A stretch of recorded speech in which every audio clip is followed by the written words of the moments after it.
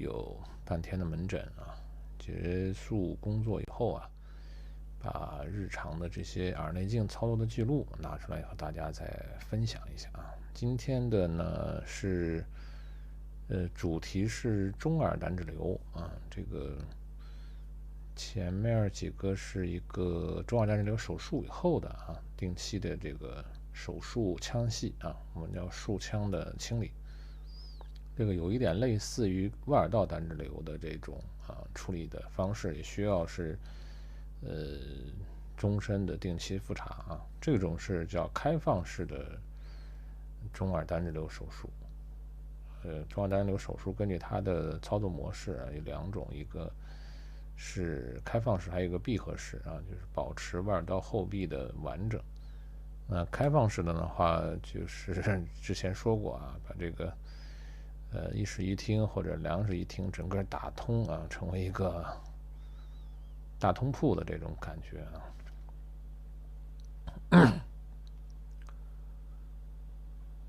因为这种中耳胆脂瘤做开放式呢，就意味着它的胆脂瘤破坏的范围比较广，破坏程度比较重，原有的中耳结构已经遭受到了严重的损伤啊。那么为了彻底的清除胆脂瘤病变啊，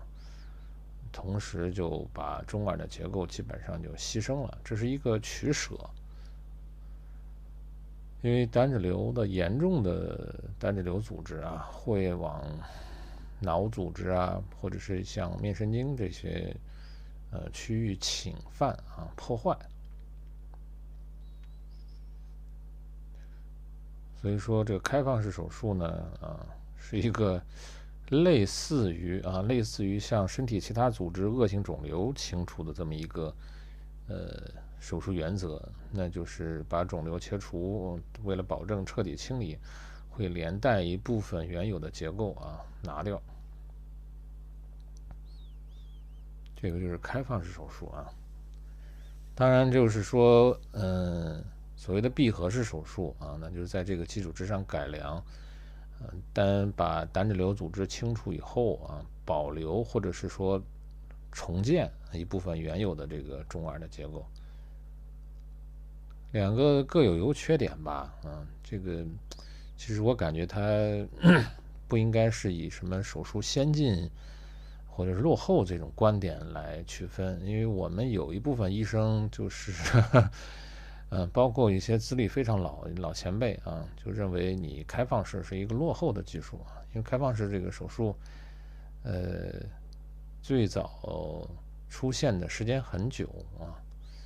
是最早一代的这个中耳胆脂瘤手术的模式啊。它这个手术以后的外观很不好看，这个也是一例啊，开放式的，当然它开的没有前面那个开的狠。外耳道的后壁呢，切除的是一个槽一样的啊。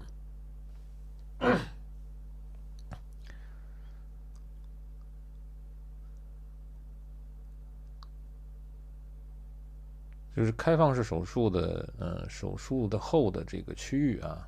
外观上很不好看，而且这种手术的术后患者的听力普遍不理想，甚至有一部分会比手术前还要差。所以说有一些医生就认为这是一种落后的技术，甚至有时候开会的时候感觉是怎么说呢？就有点嗤之以鼻。但是我觉得这种观念是不全面的啊。采用开放还是闭合，其根本应该在这个中耳胆脂瘤它本身破坏的情况而定啊，并不是说你以这个技术的先进与落后的方式来判断。如果说原有的胆脂瘤破坏非常重，强行使用所谓的闭合式技术去做，那极大的可能就是手术以后的胆脂瘤复发，或者是说胆脂瘤清除不彻底啊，甚至是在手术当中出现损伤面神经结构的这种并发症的这种风险啊。所以我觉得它应该更多的是以病情本身而定，他就说这个患者适合做哪种。像前面2个都是做的开放式的这种手术啊，这个呢是一个胆脂瘤是一个比较破坏范围比较轻的啊，上骨室胆脂瘤有一部分病例就是这个，它的胆脂瘤相对的范围比较小，而且它破坏的方向比较善良，它向外耳道这一侧啊侵蚀破坏，完全就是自己给自己找了一个台阶出来了。从外耳道里就可以清理，甚至有一部分就自然脱落了啊！我见过有些病例在检查的时候发现这个地方就是一个坑，然后里边什么都没有。这个病例是前几年最早发现的啊，它2侧都有这个中耳胆脂瘤，右侧比较轻，就这个现在这个区域啊，外耳道后上的位置。因为它有一个角度的问题，因为我们的内镜是一个0度的镜子，伸进去以后没有办法拐弯。它现在这个上骨室这区域啊，和外耳道有个夹角，大概是接近于90度的一个夹角的区域。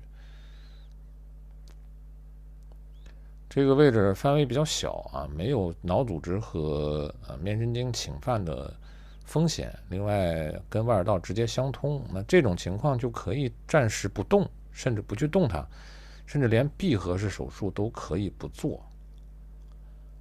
所以这个胆脂瘤虽然说统一都是中耳胆脂瘤，但是也是根据它的破坏程度相对应做不同的处理啊，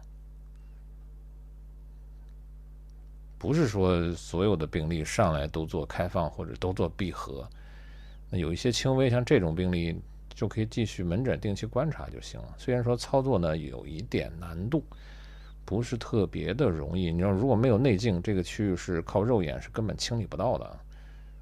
当然，如果视野更好的话，可以有30度的带角度的内镜啊，看的会更好。然后有些带弧度的这个，就像这种翘头的这个小圆钳子啊，伸进去，清理会更加的方便一点啊。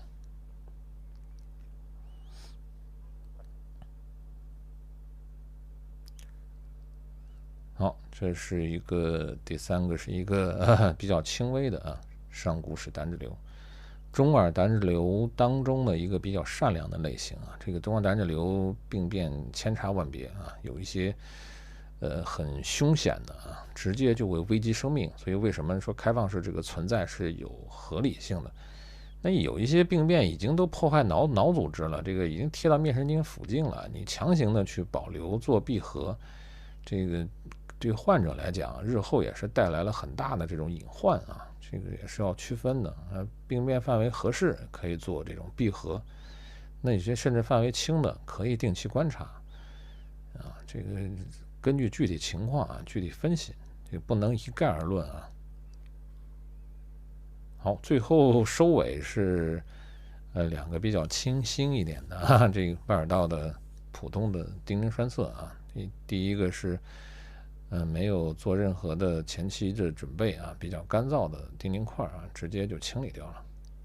但有些小的碎渣贴在鼓膜表面负压心理器干掉就完事儿。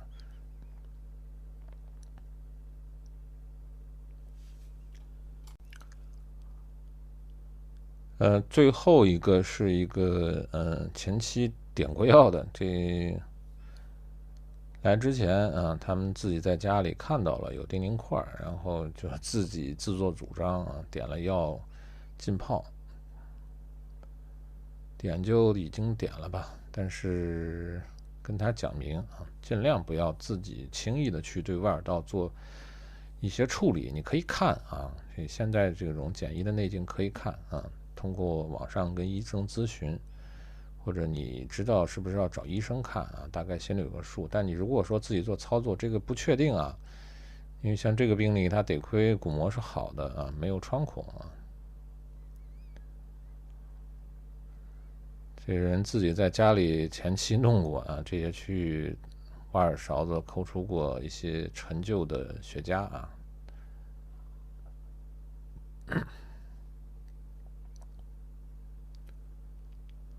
好，今天的视频就到这儿了北京的天现在越来越冷了，